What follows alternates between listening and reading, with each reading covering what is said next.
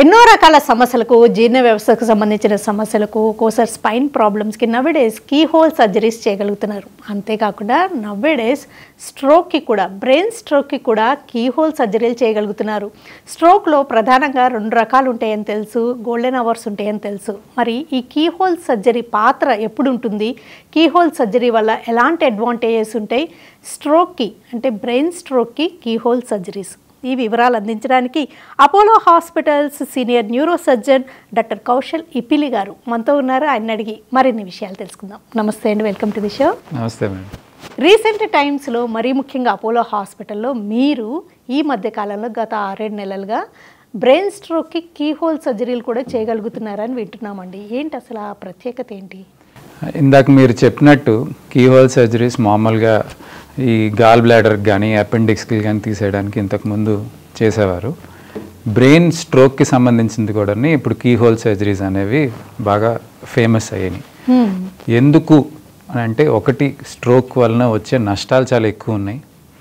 దాన్ని మనం తొందరగా దాన్ని రివర్స్ చేయగలిగితే చాలామంది ఈ పారాలిసిస్ నుంచి కానీ మాట పడిపోవడం కానీ దాని నుంచి కూడా బయటపడేదానికి ఒక మార్గం ఉంది అని రీసెంట్గా మనకు వచ్చే స్టడీస్ ద్వారా కొంతవరకు మనకి డేటా అవైలబుల్ అయ్యింది. అందుకని అప్పటి నుంచి ఆ అవైలబుల్ అయిన దగ్గర నుంచి మనం ప్రాక్టీస్ చేస్తున్నాం. అది ప్రధానంగా మెదడుకి కలిగే స్ట్రోకుల్లో 2 రకాలు ఉంటాయని వింటాం కదండి, ఇస్కిమిక్ అండ్ హెమరేజిక్. బ్రెయిన్లో రక్తనాళం చిట్లడం లేకపోతే ఇస్కిమిక్గా అవ్వడం అంటే బ్లాక్ అవ్వడం. అంటే అసలు ఒకసారి ఆ స్ట్రోక్స్ గురించి ఒకసారి చెప్తారా? బ్రెయిన్ స్ట్రోక్స్ అనేవి మేజర్గా 2 రకాలు ఉంటాయి.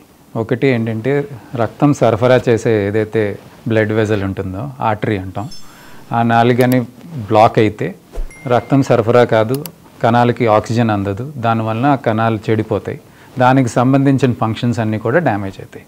అంటే రైట్ సైడ్ బ్రెయిన్ ఒకవేళ ఎఫెక్ట్ అయినట్టయితే బ్లడ్ సప్లై లేక లెఫ్ట్ సైడ్ ప్యారలైజ్ అవ్వడం, లేకుంటే ఆ పేషెంట్ అన్కాన్షియస్ అవ్వడం, ఎందుకంటే వాపు అవన్నీ రావడం వల్ల. రెండో రకం ఏంటంటే, ఆ బ్లడ్ వెజల్ చిట్లిపోయి రక్తం బయటికి చిమ్మడం. సో అలాంటప్పుడు ఏమవుతుందంటే, బ్రెయిన్ లోపల ఒక బ్లడ్ క్లాట్, ఒక గడ్డలాగా ఏర్పడుతుంది బ్లడ్. అలాంటప్పుడు కూడా సేమ్ అదే రకమైన లక్షణాలు కనిపిస్తాయి పేషెంట్స్లో. అయితే ఈ కీ హోల్ సర్జరీ రోల్ ఈ 2 రకాల ప్రాబ్లమ్స్లో దేనికి అప్లై అవుతుంది? ఏదైతే రక్తం బయటకు చిమ్మి గడ్డ కడుతుందో ఆ టైప్ ఆఫ్ స్ట్రోక్స్కి ఈ కీ హోల్ సర్జరీ పనిచేస్తుంది. అంటే ఇంట్రాక్రేనియల్ ప్రెషర్ అంటారు బ్రెయిన్లో, అంటే బ్రెయిన్ హెమరేజ్ అయ్యి మొత్తం రక్తం ఎక్కువ ఉన్నప్పుడు కీ హోల్ ద్వారా సర్జరీ చేయొచ్చు. గోల్డెన్ అవర్లోనే ఈ ట్రీట్మెంట్ అందించగలరా? ఎప్పుడైనా కొంచెం లేట్గా వచ్చినా చేయగలుగుతారా? చాలామంది వింటాం, హార్ట్ అటాక్ వచ్చింది లేకపోతే బ్రెయిన్ స్ట్రోక్ వచ్చింది, ఇమీడియట్గా మనం తీసుకెళ్తే ఒక ఇంజెక్షన్ ఇచ్చారు, దాంతో ఆ బ్లాక్ కరిగించేసి పేషెంట్ సేవ్ అయ్యారు, అలాంటివి విన్నాం కదా. అలాంటిదే ఇప్పుడు బ్లడ్ క్లాట్కి ఇంతకుముందు ఈ రకమైన ట్రీట్మెంట్ లేదు. ఇలా రక్తం గడ్డ కట్టి ఇది ఉండడం వల్ల పేషెంట్ ప్యారలైజ్ అయితే ఓపెన్ సర్జరీ చేసి ఆ గడ్డ తీసేదానికి ట్రై చేసేవాళ్ళం.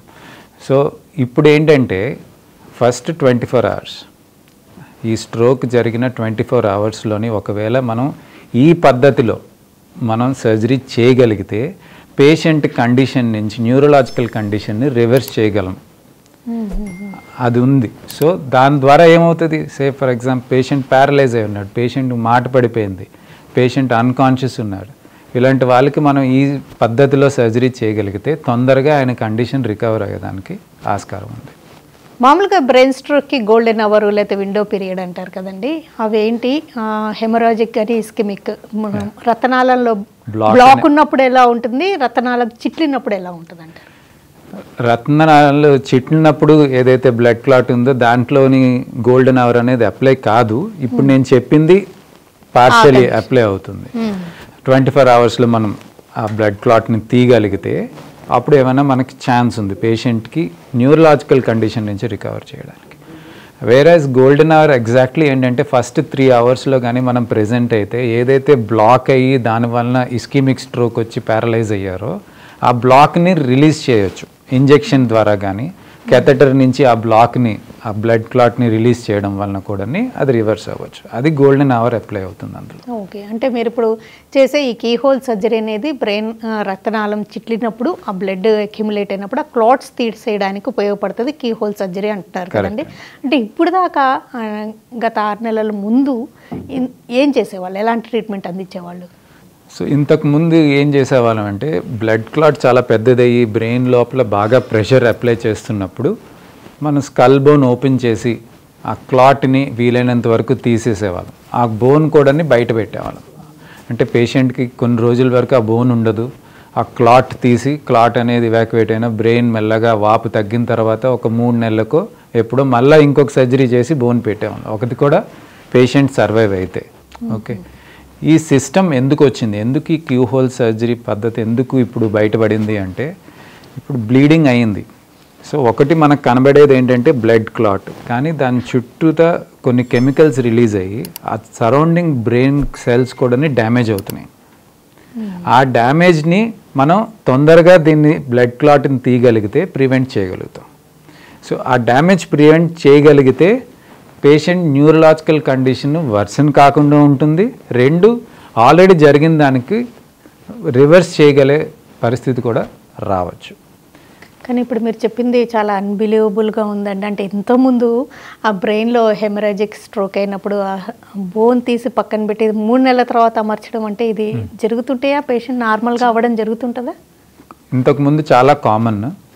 కొంతమంది ఎంతో కొంత రెసిడ్యువల్ ప్రాబ్లమ్స్తో ఉంటారు. కానీ ఇప్పుడు ఈ రెవల్యూషనరీ డెసిషన్ ఏంటి అంటే చాలా వరకు స్టడీస్ జరిగిన తర్వాత ఒక 30 ml సైజ్ క్లాట్ బ్రెయిన్లో ఉంది.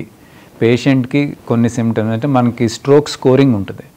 ఆ స్కోరింగ్లో NIH స్కోర్ 6 కన్నా ఎక్కువ ఉంటే పేషెంట్కి ఈ పద్ధతిలో కానీ మనం ఆపరేషన్ చేయగలిగి ఆ క్లాట్ అంతా తీయగలిగిన ఈవెన్ 80% ఆఫ్ ది క్లాట్ తీసినా సరే రిజల్ట్ చాలా ఫేవరబుల్గా ఉంటుంది అనేది ప్రూవెన్. కీ హోల్ సర్జరీ తోటి అంటే క్లాట్ పెద్దగా ఉన్నప్పుడు తీయగలుగుతారా, చిన్న చిన్న క్లాట్సే తీయగలుగుతుంటారా? ఏదైనా తీయగలుగుతాం, పెద్దదైనా చిన్నదైనా. బట్ మనం ఏంటంటే 30 ml నుంచి 90 ml వరకు కీ హోల్ సర్జరీ ద్వారా క్లాట్స్ తీస్తాము. 90 ml కన్నా ఎక్కువ ఉన్నప్పుడు ఏంటంటే మళ్ళీ ఓల్డ్ పద్ధతిలో మనం మళ్ళీ ఫ్లాప్ బోన్ ఓపెన్ చేసి క్లాట్ తీసి మళ్ళీ రీప్లేస్ చేసేదానికి మళ్ళీ చేయాల్సి వస్తుంది. ఈ కీ హోల్ సర్జరీస్ అనేది బ్రెయిన్ స్ట్రోక్ అయినప్పుడు, అంటే మామూలుగా అందరికీ తెలిసింది ఏంటంటే స్ట్రోక్ అనగానే పక్షవాతమే అనుకుంటుంటారు. అంటే పక్షవాతం కాకుండా సమ్ అదర్ సింటమ్స్ కూడా ఉండొచ్చు కదండి. బ్రెయిన్ స్ట్రోక్ అయినప్పుడే చేస్తుంటారా, ఇంకేమన్నా ప్రాబ్లమ్స్కి కూడా కీ హోల్ సర్జరీస్ చేయగలుగుతారా? కీ హోల్ సర్జరీస్ బ్రెయిన్ ట్యూమర్స్కి చేస్తాము. బ్రెయిన్లోని ఏమైనా ఇన్ఫెక్షన్స్ ఉన్నా సరే చేస్తాము. బ్రెయిన్లోని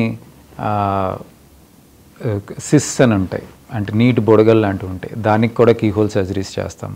సో ఈ యొక్క ఏదైతే ఈ సిస్టమ్ ఉందో, టెక్నాలజీ ఉందో, టెక్నాలజీ చాలా వాటికి అప్లై చేస్తాం.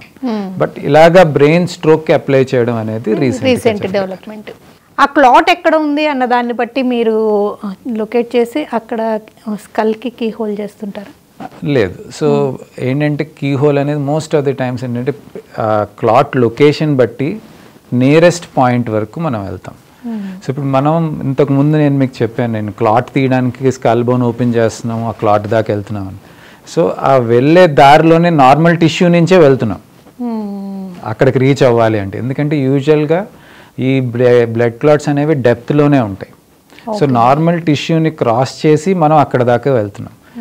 సో ఈ కీ హోల్ ద్వారా ఏమవుతుందంటే మనం పెట్టే హోల్ అరౌండ్ 8 mm హోల్ వేస్తున్నాం స్కల్లో. అండ్ మనం పాస్ చేసేది ఏంటంటే చాలా చిన్నవి.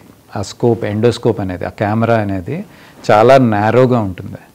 So it is about 6 mm.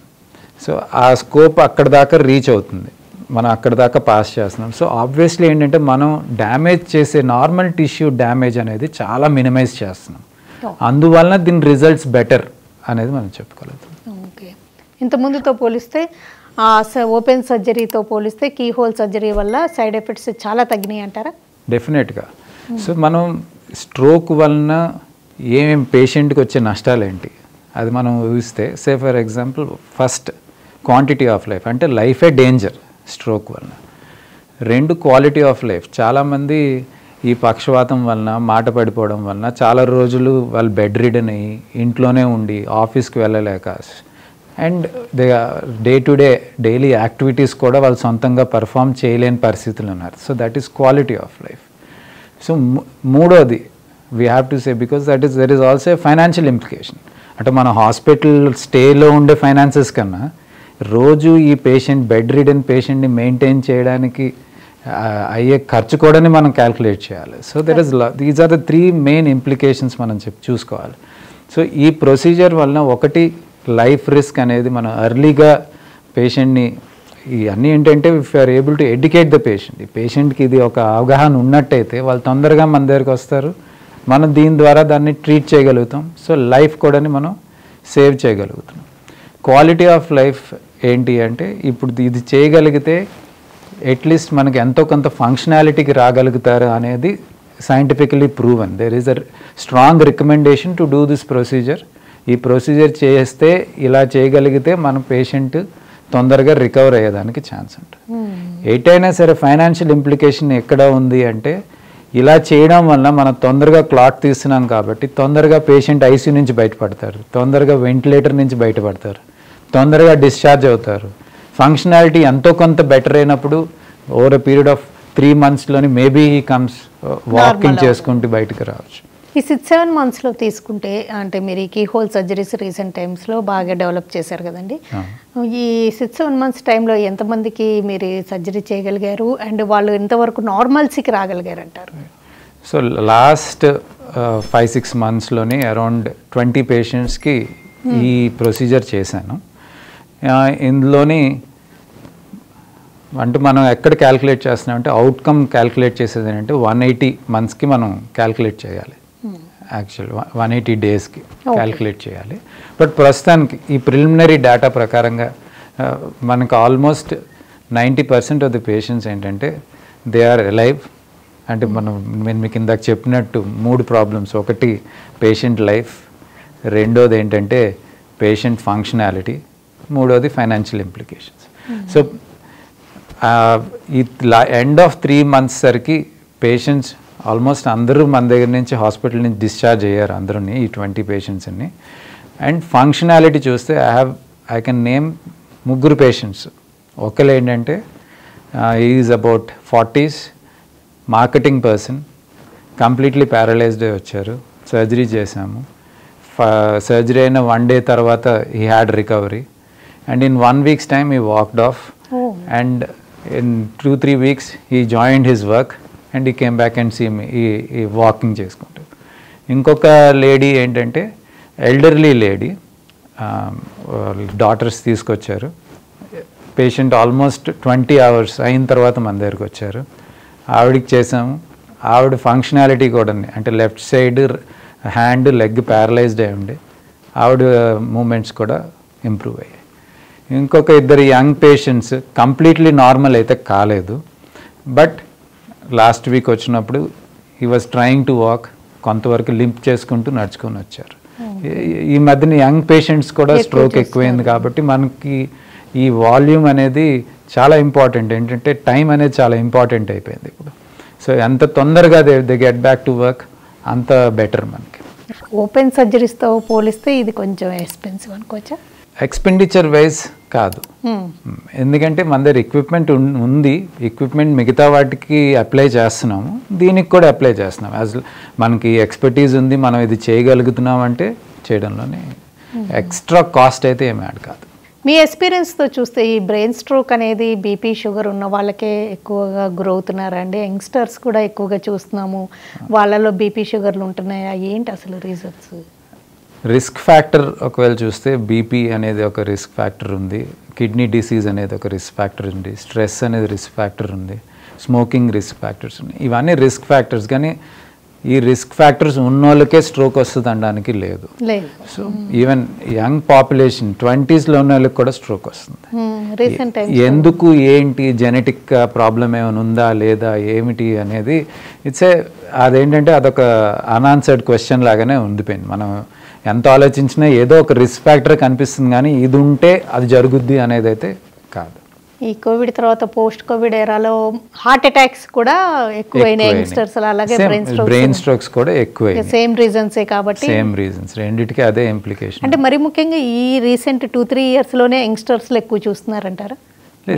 ఇంతకు ముందు కూడా స్ట్రోక్ ఇన్ యంగ్ ఉండేది, అదొక ఎంటిటీ. స్ట్రోక్ ఇన్ యంగ్ అనేది ఒక ఎంటిటీ ఉండేది. ఇప్పుడు ఈ మధ్యకాలంలో ఎక్కువైనాయి. Most likely stress is the major factor that is playing. Keyhole surgery అంటే ఇంకా వాళ్ళకి స్టిచెస్ అలాంటివి ఉంటుంటాయి? స్టిచెస్ ఉంటాయి. సో మనం పేషెంట్కి ఆల్మోస్ట్ ఒక 5 సెంటీమీటర్ లెంగ్త్ కట్ ఉంటుంది. అండ్ యూజువల్గా ఈ అబ్జార్బుల్ స్టిచెస్ వేస్తాం, ఎందుకంటే ఫోర్హెడ్ మీద ఉంటుంది most of the time cut అనేది. సో అబ్జార్బుల్ స్టిచెస్ ఉంటే తర్వాత 1 వీక్ తర్వాత సర్జరీ అయినట్టు కూడా తెలియదు వాళ్ళకి. ఫోర్హెడ్ మీదే ఉంటుందంటారా? ఫోర్హెడ్ కానీ బ్యాక్ ఆఫ్ ది హెడ్ కానీ, డిపెండింగ్ ఆన్ ఎక్కడ మన క్లాట్ ఎంత దగ్గరలో ఉన్నది దాన్ని బట్టి. అంటే ఇక్కడ మరి స్కల్ కట్ చేయడం ఇలాంటివి కూడా ఉంటాయా? స్కల్ ఓపెనింగ్ లేకుండా ఏ ట్యూబ్ పాస్ కాదు. బట్ ఇక్కడ ఏంటంటే ఓపెనింగ్ చాలా చిన్నది, 8 mm హోల్ వేస్తున్నాం మనం. మళ్ళీ దాన్ని ఇంకేమీ చేసేది కూడా ఏమి ఉండదు, అదే క్లోజ్ అయిపోతాయి. ఇక్కడ బ్రెయిన్ సర్జరీస్లో న్యూరో గైడెడ్ సర్జరీస్ అని చాలా ఉంటున్నాయి కదండి, వీటి హెల్ప్ కూడా మీకు అవసరం ఉంటుందా? అంటే న్యూరో నావిగేషన్ మీరు అంటుంది. సో ఇది నావిగేషన్ గైడెడే ఉంటుంది. ఇప్పుడు మనం ఇక్కడ హోల్ పెడుతున్నాము, అక్కడెక్కడో క్లాట్ ఉంది, సో ఆబ్వియస్లీ అది నావిగేట్ చేస్తుంది. సో న్యూరో నావిగేషన్ అనేది వాడతాం, ఆ పద్ధతి వాడతాము, దట్ ఎక్విప్మెంట్ మన దగ్గర ఉంది. సో ఏదైతే మనం ట్యూబ్ పాస్ చేస్తున్నామో ఆ నావిగేషన్ ద్వారానే మనం ఆ టార్గెట్ రీచ్ అవుతున్నాం. అది మీరు మామూలుగా ఏ సర్జరీ చేసినా న్యూరో నావిగేషన్ అనేది మీరు అన్నిటికీ వాడం, కొన్నిటికి వాడతాము, ఇందులోనే డెఫినెట్గా వాడతాం. ఈ మధ్య మెడిసిన్లో ఏఐ అనేది బాగా వినపడుతుంది కదండి, మరీ ముఖ్యంగా మీ ఫీల్డ్కి ఇంకా చాలా అవసరం కదా, ఆ హెల్ప్ ఏమైనా తీసుకోవాల్సిన సందర్భాలు ఉంటుంటాయా ఆర్టిఫిషియల్ ఇంటెలిజెన్స్ని? ప్రస్తుతానికైతే ఆ పరిస్థితి రాలేదు, మరి ఫ్యూచర్లోనే రావచ్చు. నాకు కూడా ఏఐ చదువుకోవాలని ఉంది, ఒక షార్ట్ కోర్స్ ఏమైనా చేసి ఏంటి దాని ఇంప్లికేషన్ అనేది. కానీ ఒకటైతే తెలుసు, ఏఐ డాక్టర్ని రీప్లేస్ చేయలేదు, మేబీ డాక్టర్కి హెల్ప్ చేయలేదు. అంటే ఈ సర్జరీ తర్వాత వాళ్ళకి రీహాబిలిటేషన్ ఎలా ఉంటుంది, వాళ్ళు ఎలా కోపప్ అవుతుంటారు? రీహాబిలిటేషన్ అనేది చాలా ఇంపార్టెంట్. బెస్ట్ రికవరీ కావాలి అంటే ఎర్లీ రీహాబిలిటేషన్ అనేది ఉండాలి. ఈ పేషెంట్ కీ హోల్ సర్జరీ తర్వాత నేను మీకు చెప్పినట్టు కొంతమంది తొందరగా రికవర్ అవ్వచ్చు, కొంతమందికి టైం పట్టచ్చు రికవరీ. ఆప్టిమమ్ రికవరీ కావాలంటే మంచి రీహాబ్ అయితే ఉండాలి, ఎర్లీగా చేసుకోవాలి. ఫస్ట్ 3 monthsలో చాలా అగ్రెసివ్గా చేయాలి రీహాబిలిటేషన్, ఎందుకంటే most of the recovery first 3 months to 6 monthsలోనే వస్తుంది. ఆ 6 months to 1 year మధ్యన ఎంతో కొంత ఉంటుంది. 1 year తర్వాత పేషెంట్కి ఇంకా వేరే రికవరీ కూడా ఎక్స్పెక్ట్ చేయలేం, నెగ్లిజిబుల్ అని అనుకోవాలి. ఎందుకు ఓన్లీ హెమరాజిక్కే మీరు ఈ పద్ధతి అవలంబించగలరు, బ్లాకేజెస్ ఇస్కిమిక్ స్ట్రోక్స్ కింద కుదరదు? ఇస్కిమిక్ స్ట్రోక్స్కి ఏంటంటే ఇక్కడ మనకి కార్డియక్ ఎలాగా యాంజియోగ్రామ్ చేస్తారో అలాగే బ్రెయిన్లో కూడా ఒక కెథెటర్ లాంటిది పంపించి ఎక్కడైతే బ్లాక్ ఉందో దాన్ని మనం తీయడానికి ట్రై చేస్తాం, అదే ఎండోవాస్కులర్ టెక్నిక్స్ అంటారు అది. సో ఇది కీహోల్ అనేది బ్రెయిన్ లోపలికి ఎంటర్ అవుతున్నాం. ఈ ఎండోవాస్కులర్ అంటే బ్రెయిన్లో ఉన్న బ్లడ్ వెజల్లోకి వెళ్తుంది. సో ఇది ఆ బ్లాక్ అనేది బ్లడ్ వెజల్లో ఉంది, బయట బ్రెయిన్లో లేదు. ఓకే, అదే ఇంటర్వెన్షనల్ న్యూరాలజిస్ట్ చూస్తారు. ఇంటర్వెన్షన్ సర్జన్గా మీరు హెమరాజిక్ రక్తనాళం చిట్లడం, ఆ క్లాట్స్ని తీసేయడం. ఇస్కిమిక్ స్ట్రోక్లోని సర్జన్ రోల్ ఎక్కడ వస్తుంది అంటే, ఆ ఇస్కిమిక్ అంటే ఏ ఇంజరీ జరిగినా సరే వాపు వస్తుంది. సే ఫర్ ఎగ్జాంపుల్ మనకి కర్రతో తగిలింది అనుకోండి, 24 hours తర్వాత అక్కడ వాపు వస్తుంది. అలాగే బ్రెయిన్లో కూడా ఈ ఇస్కిమిక్ స్ట్రోక్ తర్వాత కూడా బ్రెయిన్ అనేది స్వెల్లింగ్ వస్తుంది. ఆ స్వెల్లింగ్ వచ్చినప్పుడు ఏంటంటే కొన్నిసార్లు మెడిసిన్తో ఆ స్వెల్లింగ్ తగ్గుతుంది, కొన్నిసార్లు మెడిసిన్తోని ఆ స్వెల్లింగ్ తగ్గకపోవచ్చు.